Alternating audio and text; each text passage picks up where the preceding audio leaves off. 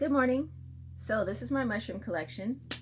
I did post a video the other day showing images of the mother lode, um, which is, I wanted to say it last. I don't know why I always do that when I make videos. I say the thing I wanted to say last, I say it first. Well, anyway, I'm saying it first. So, no, I'll say it last. So this is my collection of mushrooms. These all just came out of wherever. There's a lot of evergreen trees here and grass, so like grassy fields and places where there's pine needles, and also places where there's moldy leaves and stuff. Whatever the environment is and whatever the kind of trees are, that's the kind of mushrooms that you get. So you get different kinds all the time.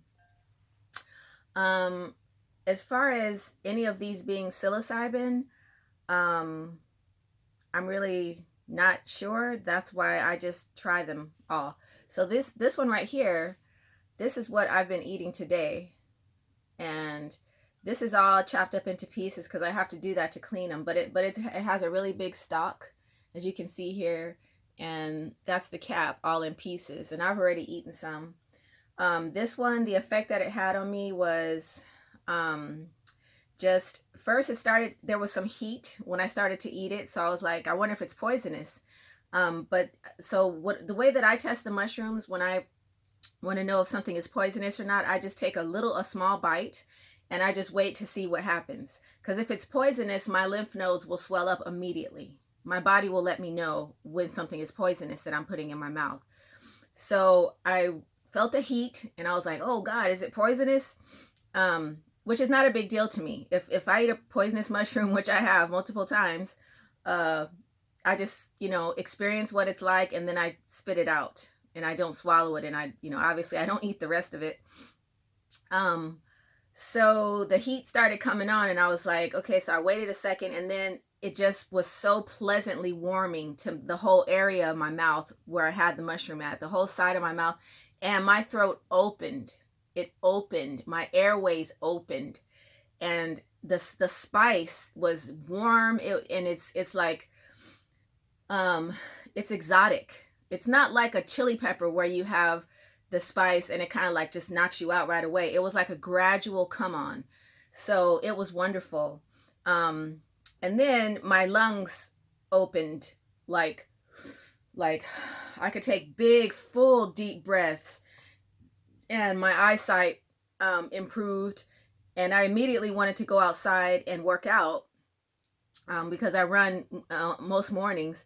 But because I have this Ethiopian food here from last night, leftovers, I was already eating, so I ate it with the food. Because another thing about mushrooms is that you can experience nausea from eating mushrooms, except for the grocery store variety, which are really benign, and those have very little medicinal effects unless you're purchasing the really expensive ones. They do have some nice mushrooms at the grocery store. A lot of the mushrooms I see there I can find in the garden here too. So it isn't really, I'm not paying $30 a pound for a mushroom. I can go and dig them up. This is one of the ones that they sell in the grocery store, and this one's really dirty, so you have to excuse me. But this mushroom right here is similar to the one I just had. It gives you a lot of heat. It's kind of like like it's just like earthy and warm and soothing and comforting to you.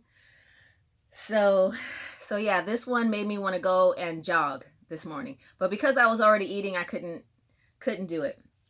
The next one is this one right here, which you can see is almost gone. But this was a huge cap that had pink gills originally, and this now has turned brown. But this is called a meadow mushroom, and these are normally grown. You normally find these in the UK. It was white, and it had pink gills on the bottom. Now, one of the identifying marks of a psilocybin mushroom is that the gills are not white. Mushrooms with white gills are typically not the magic variety.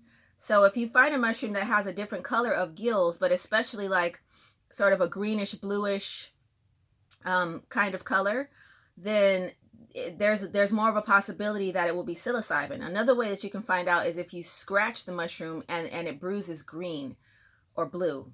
That's also an indication of psilocybin. So I was looking for psilocybin that day, and I found this one, and it had pink gills. And if this is not psilocybin, but it's still medicinal, because it's similar to the one that I'm eating now, which is basically a breath of fresh air. I mean, it's like, it's just like the oxygen, your body's getting hyper oxygenated, and you want to go outside, and you want to be where you got this at, and you want to be under the sky and with the trees, and you just want to, you feel robust at that moment.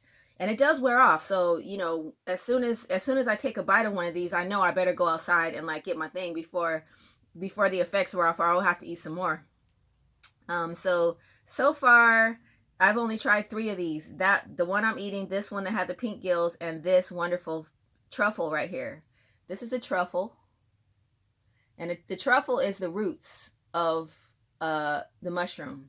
This actual mushroom I cannot find online. I've looked everywhere. I haven't been able to identify it at all. But this bad boy right here, man, I put some pictures when I found it. I posted on my Facebook feed. This mother, like, wow. I mean, and the whole thing was totally green and purple and blue, and so I knew, that this might be medicinal. So I took the tiniest little crumb, and it also has some white as well. So, most people wouldn't touch this with a 10-foot pole because it looks like death. Like it, and it still looks like death to me. It kind of looks like, someone's toes got cut off and it's rotting. But I took a little chunk off of here, like the tiniest little piece of the part that was really green and purpley blue. And I put that crumb in my mouth, and my eyesight got better immediately. And, my mood improved as well.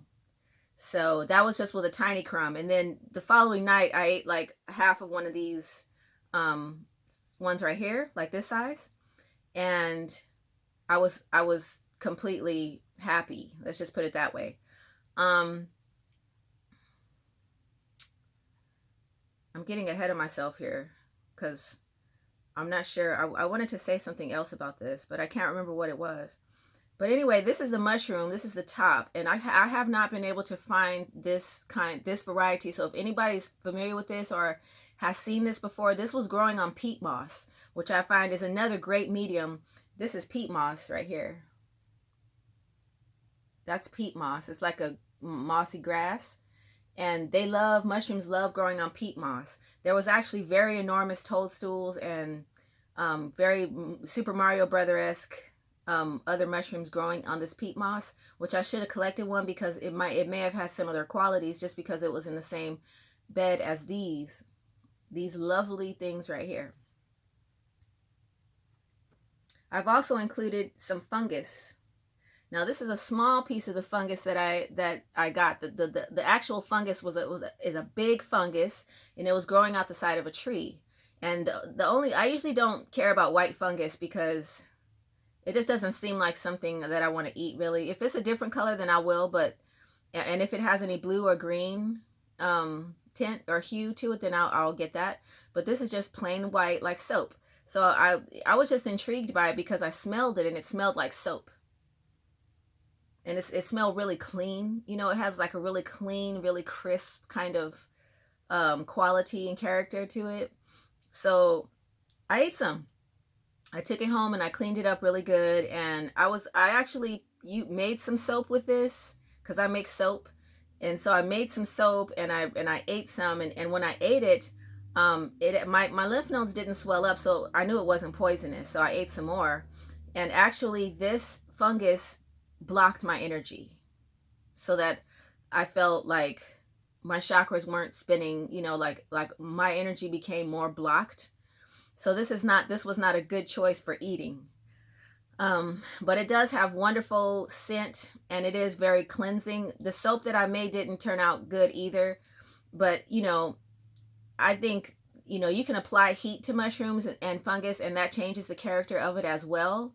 Like with the one with the pink gills I was telling you about, I made a bone broth and I put the pink gills in there and I boiled them. And that really enhanced the effect of this particular mushroom as well. The heat did. The heat really released the alkaloid medicine. And after that, I realized that when you cook mushrooms, just like when you cook cannabis flowers as well, you release the alkaloid with the heat. So some plants do better when you release the alkaloid. I love raw everything, so I always eat everything raw first just to see what that's all about. But then I'll cook stuff. But some plants have anti-nutrients that can be destroyed by heat. So those are things that you wouldn't necessarily want to. Sorry, I was just checking to make sure that this thing was recording. That would suck if I did this whole entire spiel and it wasn't even, recording.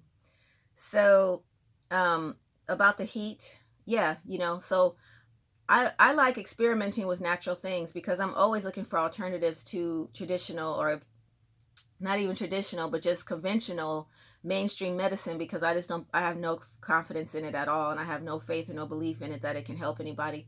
So I'm always looking for things that might be medicinal. So a fungus like this, because it did kind of have it, I mean, not that it didn't have some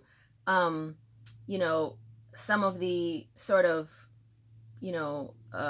expansive qualities to it, but it also had a contracting quality, and I didn't like that. So that's the white fungus. This bad boy right here, this I found yesterday. This is a poisonous mushroom. And I was so impressed by how clean it was. I mean, it's pristine. There's not a speck of dirt on these gills. It is so clean. So I questioned in my mind, well, God, why are the huge mushrooms like this so clean and pristine? And then, God said, well, nobody wants to eat it if it's poisonous, including insects. So when you see mushrooms that have a lot of bites in them and stuff, that's probably because they're not poisonous. And also these really big mushrooms have a very important role to play. They actually hold the whole earth together. The mycelium under the earth is very strong and it's very big. It's the largest living organism on the earth, and it's spongy, and it makes our ground soft, so that when you walk on the grass or when you walk in the forest, you're not on something hard, that doesn't give you anything. You're walking on something soft. It's a give and take relationship. There's buoyancy, there's absorption of the impact of your walking. I mean, this is, so what I'm trying to say is that, sometimes, nature always finds a way to do what it has to do. All these little mushrooms are edible. I think. I'm not sure yet. I didn't try all of them yet, but I've tried most of the varieties on here, not with this particular group, but I have tried some of the other ones. And I am going to try some of this too, which I know sounds insane, but shh, I eat poisonous mushrooms. And I actually tested a deathcap mushroom one time. I did. I found a deathcap mushroom growing under a bush, and I took it home because a little bit of poison, is not going to kill you. And so what I did, I took the deathcap, and I'll just show you some of these puffball mushrooms that I have. This is called a puffball. This is a little one. This is a little puffball. This is edible. But I just want to be showing while I'm telling the deathcap story.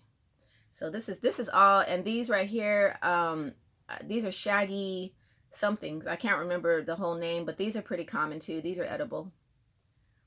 But I took a bite of the deathcap mushroom, and when I say deathcap mushroom, y'all, like, if you put that deathcap mushroom in a capsule and swallowed it, you would die.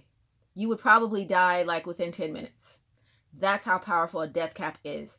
I put the thing on my tongue, and it was like, I don't know if you guys remember the scene in The Matrix where Neo had the phone rang, because it was like Neo was talking to Morpheus in the room, and then Neo was like, hello, and then it was like, nah, and like just the metal just overcame Neo, and overcame the whole face, and like Neo was getting sucked into the phone or something like that.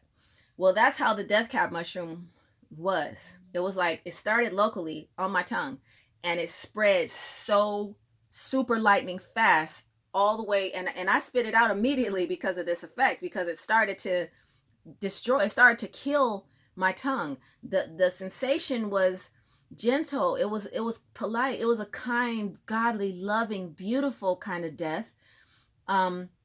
but it was a death. Like, I knew that if I kept that mushroom in my mouth, my tongue would probably die, and I would have, you know, I would not have function in my tongue anymore. So I just hurry up and spit it out. But the effect of that little bit of poison was already in my mouth. So I got the chance to feel that whole sensation. It got down to, you know, to the front of my throat, not the back of my throat. And I paid the price for like 2 or 3 days after that. My mouth was sore in a way. It was kind of like it had to make new cells because the Deathcap had destroyed that tissue. So the Deathcap ain't no joke. But, you know, if I ever encounter that kind of poison again, my body already knows how to respond to that. You can't kill me with the Deathcap. I mean, you probably could, you know, if I ingested enough of it. But absolutely, you know, fascinating. So this is I can't remember the name, but it's these also grow in the UK, because I was looking at a site last night, and all those mushrooms were from the UK. These ones I'm kind of interested in because they have like a little nipple in the middle, and there are psilocybin mushrooms that have that nipple, but they're usually this color. And I have seen those. I've seen these like caramel color ones. This one has a bit of a nipple. That's why I got it. And this one too. So I'll be trying all of these. And in the meanwhile, I just keep them in the fridge. These are a different variety again. And this one is a different variety too. And, you know, I thought that in order for them to be psilocybin, they had to be, you know, they had to have the characteristics that I mentioned to you, dark gills, and they have to have like a, you know, a blue-green hue, and especially on the bruising. But I went on a site called magictruffles.com, and they showed a bunch of different ones that didn't necessarily have those qualities and characteristics, which is what inspired me to go ahead and collect all these. Not that I don't eat these anyway, because I do. I eat mushrooms. And whenever the fall comes around, this is what I forage. So psilocybin or no psilocybin, so far I've had magnificent psychological, you know, like psychic improvement just from eating mushrooms. Mushrooms are good for your brain. They're good for your respiratory system and for your circulation. So far, what I've experienced is an opening of my energy and a better flow and an unblocking of my energy. And also some really good flavors too, like spice. I've had spicy ones, I've had earthy ones, I've had fruity ones. And you just would never know. They look so inconspicuous, but these things right here represent the whole variety of the whole earth. Because when two strains come together, it creates a new thing every time. So, you know, it's just miraculous. You know, God is good.